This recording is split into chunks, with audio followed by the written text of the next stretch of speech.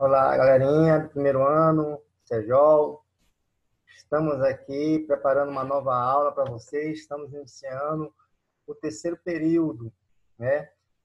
Mas antes de nós iniciarmos o terceiro período, essa aula de hoje, nós vamos tentar fazer uma pequena revisão do que foi visto no primeiro período, período qual foi aulas presenciais, né? Então já tem 4 meses aí que a gente não tem aula presenciais, então eu senti a necessidade de a gente rever um pouquinho das coisas para a gente poder iniciar o nosso terceiro período. Nós vamos inicialmente falar um pouquinho do primeiro período, o que é que nós falamos nesse período sobre sociologia, também um pouquinho do segundo período, né? Para no próxima aula, próximo vídeo, a gente começar a falar sobre o assunto do terceiro período, que é um assunto muito legal, que é cultura, né? Então, desculpe qualquer falha aí, que é a primeira vez que nós estamos trabalhando com esse aplicativo aqui. Prometo para vocês que na nossa próxima aula vai ser bem melhor, né? Então, se vocês recordarem o que foi o nosso primeiro período, né? A gente falou sobre o surgimento da sociologia, né? Para que serve a sociologia, né? Por que estudar sociologia? Nós sabemos que a sociologia é uma ciência nova, né? Que vocês estão conhecendo, vocês não tinham essa disciplina no ensino médio, no ensino fundamental, né? Algumas outras disciplinas vocês já tinham, como filosofia, história, geografia, né? Mas sociologia é uma ciência nova. Ela entrou no ensino médio para vocês, junto com outras disciplinas novas, como química, física e biologia. Entre elas está aqui sociologia, né? Você, no primeiro ano, sendo apresentado para a sociologia. Então, vamos tentar lembrar aqui o surgimento da sociologia, né? A sociologia, se a gente for comparar, a gente lembrando ela aqui, como ela nasceu, a gente percebe que ela é uma ciência muito nova, né?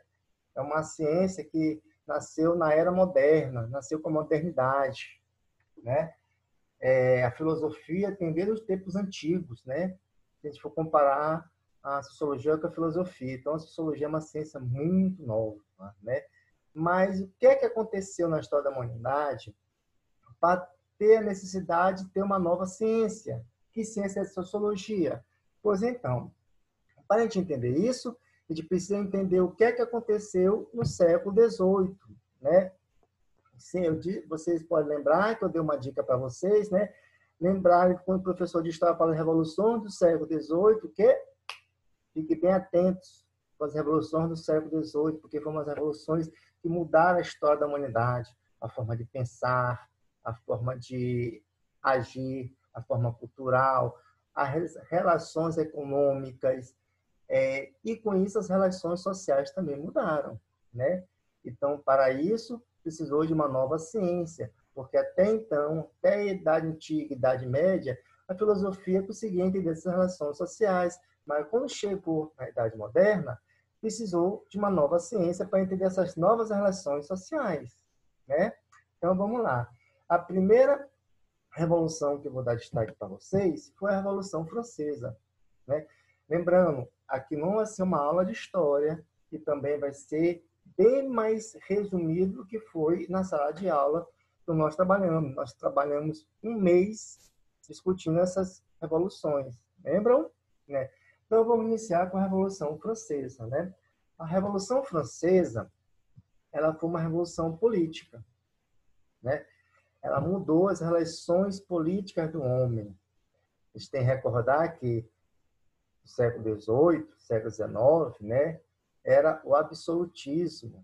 O que é o absolutismo? O poder absoluto do rei. O rei era inquestionável nas suas ações. O rei, ele era autoritário, mandava absoluto, reinava absoluto. Então, com a Revolução Francesa, a Revolução Burguesa, né, isso começou a mudar, né? Olha só, antes o rei mandava sozinho, agora não. Agora surge a figura do parlamento, né? Agora o rei, para governar, e precisa ter o apoio do seu parlamento, né? E por curiosidade, foi nesse período, com o fim do absolutismo, que surgiu a tradição política internacional. E até hoje existe em todos os países quando discutimos política, que é política de esquerda e política de direita. Surgiu aqui na Revolução Francesa. O que era essa tradição? Que foi essa tradição que iniciou na Revolução Francesa, né? Os parlamentares que sentavam à esquerda do rei defendiam o interesse dos plebeus, dos camponeses, dos mais pobres, né? E os parlamentares que sentavam à direita dos reis defendiam o interesse da nobreza, da elite, né, do clero. Então, surgiu a tradição política. Partidos de esquerda defende os operários e partido de direita defende quem? Os patrões. Ok? Só por questão de curiosidade aí. E isso aí a gente já discutiu bastante, a gente pode ter temas futuros para sempre recordar isso aí. Tem outros pontos que nós podemos destacar da Revolução Francesa? Temos, né? Mas para a sociologia, né, fica isso aí, uma mudança política. Olha só, se o rei não manda mais sozinho, agora precisa de a arte da persuasão, que é a política, né, do convencimento, né? Olha só como já se aproxima mais ou menos tempos modernos já com a questão da democracia, né? A vontade da maioria. Então, olha só como começou a mudar o pensamento do homem nas questões políticas, né? Outra revolução que nós podemos dizer, já no campo cultural, é o iluminismo. O iluminismo vem de luz, né? Então, olha só, já tem uma mudança no campo político, na forma das relações políticas do homem, como o homem se relaciona. Agora começa a ter uma transformação também cultural, porque na Idade Média, que alguns livros de história vão ser chamados também, denominar de Era das Trevas. O que foi a Era das Trevas? Era da escuridão, que foi a Idade Média. O homem parou de evoluir culturalmente e cientificamente. Por quê? Porque não se podia se discutir, não podia argumentar o que estava fora da religião. Então, o iluminismo foi um movimento cultural, artístico, literário, né, que começou a dar uma nova visão do mundo e do homem fora do pensamento religioso. Só para a gente contextualizar um pouquinho, na Idade Média acreditava-se o quê? Que a Terra era plana, não poderia dizer que a Terra era redonda, porque estava fora dos pensamentos religiosos, né? Que o homem veio da terra e a mulher veio da costela do homem, não podia argumentar que não, porque ia fora do pensamento religioso. Então, o iluminismo, através das artes, né, da literatura, das pinturas, né, das esculturas, começou a dar uma nova visão de mundo, né, fora do pensamento religioso, né? E nós também vimos também a Revolução Industrial, que foi uma revolução econômica, né? E assim, destaque muito importante para a Revolução Industrial, né? A Revolução Industrial, ela marcou o fim do feudalismo e início da era do capitalismo, né? Na história da humanidade, tivemos o mercantilismo, tivemos o feudalismo, que vocês devem ter visto isso no ensino fundamental. O que foi o feudalismo? O feudalismo vem de feudo, senhores das terras, né? Quem tinha poder? Aqueles que tinham terras. É isso? Então, as relações sociais eram baseadas nas terras, né? E isso criava as condições de vassalagem. Não é isso? Você, só para recordar que vocês lembrem que nas nossas aulas nós aprofundamos um pouquinho essa questão de feudalismo. Então, a mobilidade social no feudalismo era quase zero, porque quem tinha poder, quem tinha terra, e as terras eram hereditárias, passavam de pais para filhos. Então, se você nasceu em uma família que não tinha posse de terra, dificilmente ia conquistar terras para conquistar depois títulos de nobreza, né? Os títulos eram passados de pai para filho, ok? Então, você percebe, então, olha só o contexto social, histórico, que está se transformando aí, no século XVIII. Revolução Francesa, o homem parou de ter o poder do rei absoluto. Agora existe uma pequena democracia, que vai ser o fim dos reis e começar a nova era política, né? Depois vem o iluminismo. O homem começa a pensar fora do pensamento religioso, o homem começa a ter a mente livre, mas nada prende mais o que eles queriam expressar. E no iluminismo, por exemplo, surge a liberdade de expressão, né? Que você poderia, junto com a Revolução Francesa também, que é tudo isso tem um berço da Revolução Francesa, né? Liberdade de expressão. Lembrando que liberdade de expressão não é libertinagem, entendeu? Só esse pequeno detalhe. E com a Revolução Econômica, que é a Revolução Industrial, surge a era do capitalismo. E agora, quem vai ter poder na sociedade? Quem vai ditar as regras? Como é que as relações sociais vão ser feitas agora? Vai ser através do capital. Capitalismo significa capital, capital, lucro. E tudo é em volta do lucro, né? Então, os feudalismos, os senhores feudais perderam força, perderam poder, porque agora quem manda são os capitalistas, né? E quem vão ser os capitalistas no feudalismo? Era os burgueses, pequenos burgueses, né? Que era a galera que tinha sapataria, mas com o capitalismo agora vai ter uma empresa de sapato, aqueles padeiros que é uma padaria, agora vai ter um comércio de padaria, os alfaiates vão ter empresas de tecelagens, né? E começa a surgir as máquinas a vapores, né? E com isso as produções começam a ser em massa, né? E agora as pessoas começam a receber por aquilo que produz, porque no feudalismo você não recebia por aquilo que produz, pelo contrário, se você morava na terra dos seus feudais, que você morava e tinha de dar alguma coisa em troca, tudo que você produzia, 80% era para o dono das terras. Então, você nunca ia ter lucro, nunca, dificilmente ia ter mobilidade social, ok? Vimos também, no primeiro período, a diferença dessas formas de pensar, que é o senso comum e o conhecimento científico, né? A sociologia como ciência, ela vai abordar o quê? Conhecimento científico. Qual é a diferença do senso comum e conhecimento científico? O senso comum é um conhecimento desprezível? Não. O senso comum é aquele que você aprende no seu dia a dia, né? Um conhecimento empírico, né? Mas que muitas vezes não tem comprovação científica, né? Mas o conhecimento científico, ele é baseado na razão, e o senso comum não é baseado na razão. Para eu falar que 1 mais 1 é 2, eu tenho que comprovar que 1 mais 1 é 2. Para eu comprovar, né, que uma cor surgiu outra cor, eu tenho que mostrar como é que ela surge a cor. No caso, por exemplo, assim, o amarelo e o azul cria o quê? O verde, né? Por aí vai. Então, o conhecimento científico é o oposto do senso comum, ok? E também, já finalizando o nosso primeiro período, vocês recordarem, nós, vou só ajeitar aqui a tela para vocês olharem aqui melhor, né? Vocês começaram a ter contato com os chamados clássicos da sociologia, né? Assim como a filosofia tem seus clássicos, quem são os clássicos da filosofia? Recorda aí, Platão, Aristóteles, Sócrates, né? A sociologia vai ter os seus clássicos, né? Os primeiros sociólogos. Mas só lembrando que todos esses 4 carinhas que vocês estão vendo aqui, ó, Durkheim, Weber, Karl Marx e Augusto Comte, eles eram sociólogos? Não, eles eram filósofos, né?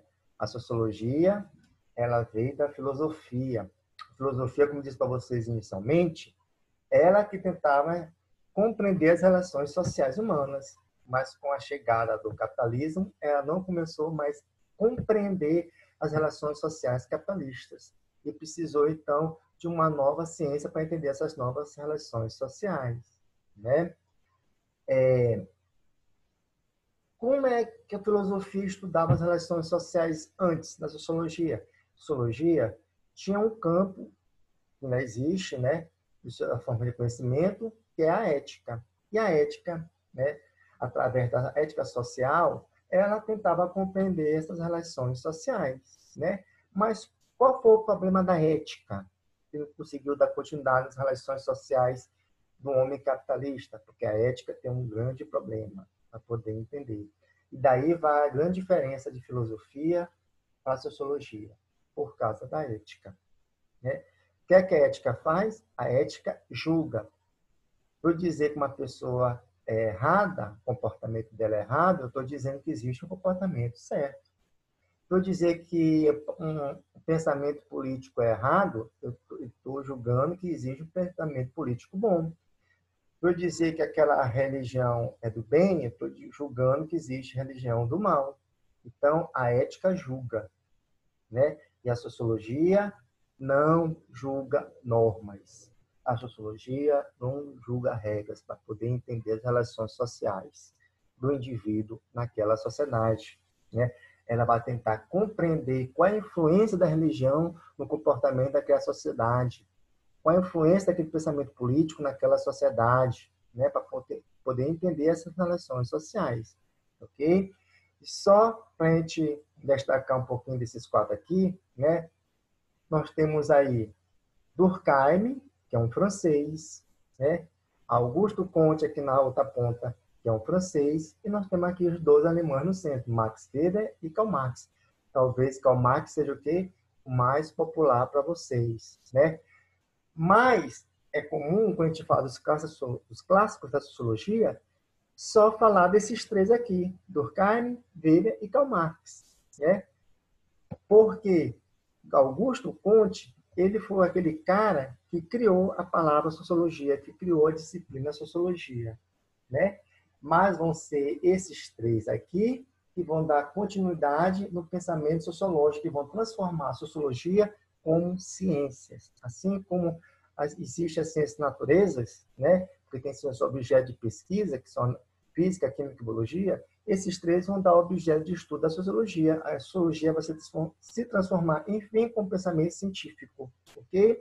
Mas vamos tentar conhecer um pouquinho mais sobre Augusto Comte antes de dar destaque para os outros três, ok? Augusto Comte, esse francês, né? Ele criou a corrente de pensamento filosófico chamada positivismo, né? Que tem a teoria dos três estados, né? Que ele fala que a evolução da humanidade cultural passa por três níveis, né? Que é o pensamento, o primeiro estágio, o primeiro estado, né? Que é o pensamento filosófico, o pensamento religioso, desculpe, né? A gente vê, já destaca aí, observância que o pensamento religioso não é um pensamento ignorado pela ciência, porque foi a primeira forma do homem encontrar a resposta através da sua religiosidade, né? Por que chovia? Porque Deus tal quis. Porque tinha seca? Porque Deus tal estava assim. Então, o pensamento religioso foi uma primeira forma de pensar, né? Da evolução cultural científica do homem. Depois chega a segunda fase, que é o pensamento metafísico, né? Ou filosófico, né? Que o homem começa a separar do pensamento religioso, começa a dar resposta e procurar resposta fora da religião.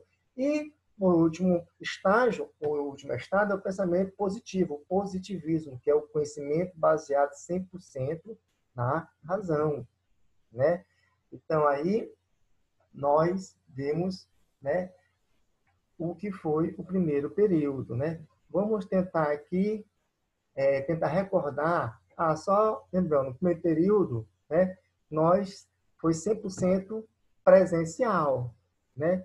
Então, o segundo período, infelizmente, para esse momento que nós estamos passando, de pandemia, tentamos fazer virtualmente, através do Google Class, né?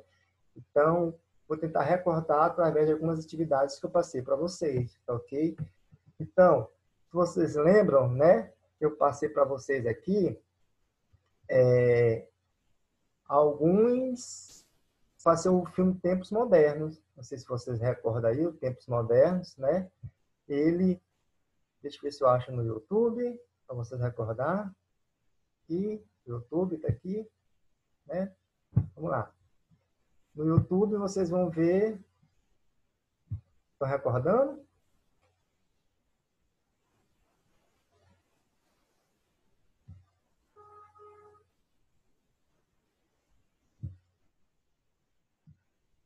Estão recordando aí? Lembra um pouquinho? O que foi o Tempos Modernos? Deixa rolar um pouco para você recordar, né? Perceba essas pessoas entrando nas fábricas aí, lotado, né? Nas indústrias. É um filme em preto e branco, cinema mudo, mas ele é muito cômico, muito engraçado, de uma forma muito engraçada. Ele mostra como as relações de trabalho do homem, que a sociologia vai estudar.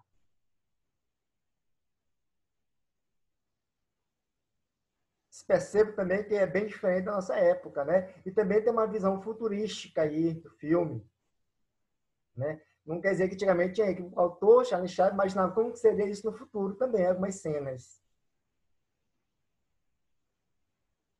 Deixa eu dar uma aceleradinha aqui para você recordar, né?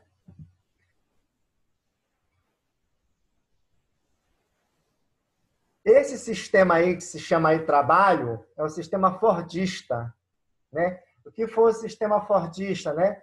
Criado por Ford, né? Ele dizia que só botar na pausa aqui para você poder me escutar melhor.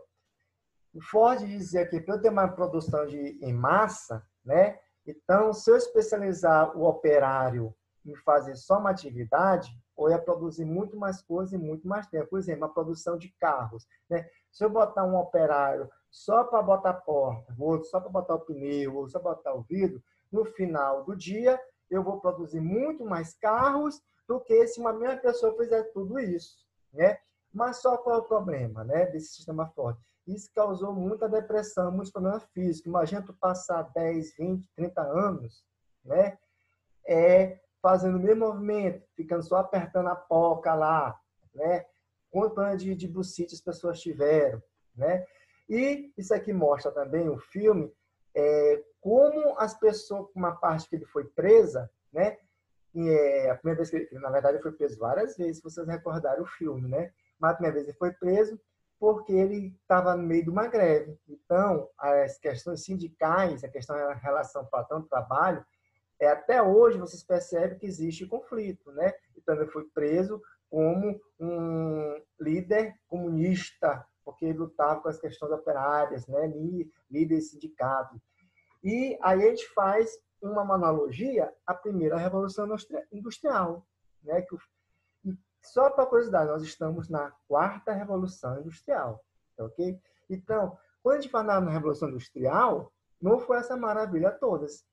Se vocês olham assim, os pais de vocês têm 13º salário, salário férias, descanso semanal, direito à aposentadoria, né? FGTS, vale transporte, vale alimentação, trabalho 8 horas por dia, né? 4 horas de manhã, 4 horas de tarde, com direito a 1 hora de descanso, que é a hora do almoço, né? Isso nunca existiu na primeira Revolução Industrial. O trabalhador não tinha direito nenhum. Na verdade, as pessoas acabaram ficando escravas das fábricas. Passavam de 14 a 16 horas dentro da fábrica recebendo um baixo salário. Então, isso foi todos esses direitos trabalhistas foi uma grande conquista da classe trabalhadora. Ok? Né? Vamos voltar aqui para o slide. Ok, tá. Vamos aqui, quando nós paramos na revisão do...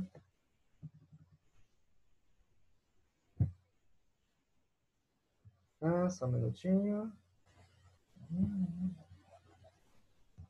Ok. Né?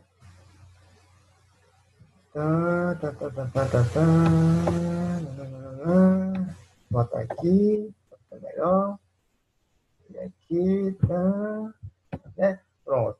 Aí vocês acordaram o que foi os tempos modernos, ok? Aí também nós começamos a tentar entender como essas relações sociais, o que pensava o homem, relação indivíduo e sociedade. O que é que os três carinhas aí, né, os chamados clássicos de sociologia, o que é que eles pensavam? Qual é a diferença deles, né, com suas teorias, né? Weber, Durkheim e Karl Marx. Aqui a charge é até bem engraçada. Tá? Durkheim diz assim, a sociedade é formada pelas ações sociais. Mas o que são ações sociais? Aí vai Durkheim diz, não, as relações entre indivíduo e sociedade são as instituições sociais que formam o indivíduo. Né? Aí Karl Marx já fala, e quem você acha que forma as instituições sociais? O capitalismo, é claro. Né? Uma grande diferença de Karl Marx aí para os outros dois, que Karl Marx, ele leva muito às relações econômicas, né? Todos os textos deles é baseado em relações econômicas, né? Vamos conhecer primeiro um pouquinho, lembrar, na verdade, um pouquinho quem foi esse sociólogo aqui chamado Max Weber, né? Alemão, né? Tem vários estudos dele, né? Um grande livro dele é Ética Protestante e o Espírito do Capitalismo, Max Weber. É bem conhecido e costuma cair no vestibular algumas perguntas sobre o livro dele, né? Algumas citações. Vamos lá. Para Weber, a sociedade é compreendida como resultado das ações sociais do indivíduo, que são relações culturais que o homem tem, que formam as suas relações sociais, né? E nós carregamos essas relações culturais que é herdado socialmente. Aí temos agora o francês Émile Durkheim. Só por curiosidade, quando a gente falava nas aulas, só pelo nome Émile Durkheim, alguns alunos pensavam que Émile é mulher. Não, é um homem, Émile Durkheim. Durkheim vai dizer que o objeto de estudo das ciências sociais é os fatos sociais, que a sociedade determina os indivíduos, como evidenciam os fatos sociais. O que são os fatos sociais? Né? É qualquer coisa? Não. A religião é um fato social, política é um fato social, economia é um fato social, família é um fato social. Porque são eles que vão formar o indivíduo na sociedade. Por exemplo, a primeira instituição social, a primeira instituição que vai dar regras e deveres ao indivíduo na sociedade, quem vai ser? A família, né? A família é o primeiro lugar onde você aprendeu o que é certo e o que é errado, o que pode e o que não pode. É o primeiro lugar que vocês aprenderam regras da sociedade. E qual é a segunda instituição social, onde vocês vão aprender também regras depois da família? A escola, né? A escola vai ser a continuidade da família, né? Sobre as regras e costumes da sociedade. Aí depois tem a religião, né? Tem a questão da economia. Vamos dar progressão. Aí você está vendo esse carinha aí chamado Karl Marx, talvez o mais famoso, talvez antes de você conhecer sociologia, você já tinha ouvido falar de Karl Marx. Karl Marx, quem é esse cara? Né? Karl Marx, ele era alemão. Né? Weber é alemão, Durkheim é francês. Karl Marx é de família judaica, nasceu na Alemanha, ele foi expulso da Alemanha. Olha só, o cara foi expulso do país que ele nasceu. Aí ele foi para a França. Aí chegou na França, o que aconteceu? Ele foi expulso da França também. Mas o que será que ele fazia que incomodava tanto, né? Ao ponto do país que ele nasceu expulsar ele. Depois foi para a França, o país também que ele foi morar foi expulso. Aí lá da França, ele foi morar na Inglaterra. Aí na Inglaterra o que aconteceu? Ele foi o quê? Não foi expulso, ele ficou lá até morrer. Né? Marx, para ele, as relações de indivíduo e sociedade é o quê? A sociedade e os indivíduos são a expressão das contradições de classe e determinam-se reciprocamente de acordo com os limites estabelecidos pelas condições materiais de existência em dado período histórico. Né? Marx, para a gente falar de Karl Marx aqui, eu vou ter que fazer um pequeno paralelo com Adam Smith. Né? Por que isso? Porque aqui Karl Marx era uma grande referência para os movimentos políticos ligados aos pensamentos de esquerda, aos pensamentos socialistas, aos pensamentos comunistas. E para isso eu tentei falar o oposto. Então eu tenho que falar de Adam Smith. Karl Marx, alemão, Adam Smith, escocês. Né? Adam Smith está para a teoria liberal, assim como Karl Marx está para a teoria socialista. Tá bom? Só quero que vocês não confundam uma coisinha aqui. Não confundam. Esquerda e direita são ideologias políticas. Socialismo, comunismo e capitalismo, ideologias econômicas. Tá ok? Geralmente, elas andam, quem é de esquerda, pensamento político de esquerda, anda com pensamento econômico socialista e comunista. Pensamento político de direita anda com os pensamentos liberal e neoliberais capitalistas. Mas não quer dizer que sempre vai ser assim. Entendeu? Tá bom? Beleza? Então, vamos lá. Né? Adam Smith, esse escocês, e Karl Marx, esse alemão, eles não foram contemporâneos. Quando Adam Smith morreu, Karl Marx não tinha nem nascido, né? Mas por que essa rivalidade ideológica entre os dois? Porque todas as obras de Karl Marx vai ser oposto a contradizer o que Adam Smith dizia. Um livro muito famoso de Adam Smith, talvez o mais famoso, é Riqueza das Nações, né? De Karl Marx, o Capital. O que é que vai ser o Capital? A contradição da riqueza das nações, ok? Que nós discutimos um pouquinho em sala de aula, né? E nós finalizamos o segundo período, também de forma remota, né? Com a leitura, que não sei se vocês recordam, que mandei vocês ler da página 40 a 50, se eu não me recordo agora, né? Para falar dos pensadores contemporâneos, que a sociologia vai ter, assim como a filosofia tem os seus pensamentos, pensadores contemporâneos, né? A sociologia também vai ter a partir daí, né? E também a sociologia no Brasil, ok? E com isso, nós estamos encerrando aqui essa primeira aula, né, virtual, que vou deixar já disponível para vocês, né?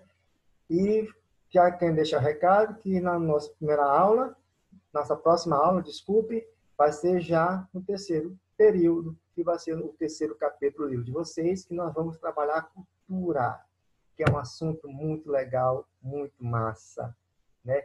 Vocês vão gostar. Infelizmente, esse assunto, por causa do momento, eu não vou poder fazer uma coisa que eu sempre fiz com as minhas turmas de primeiro ano, né? Essas aulas de cultura era uma aula de campo, geralmente a gente ia para museu, mas como nós sabemos, como, por questão de aglomerações e segurança sanitárias, não estamos podendo fazer isso, ok? Mas vamos tentar fazer de forma remota, virtual.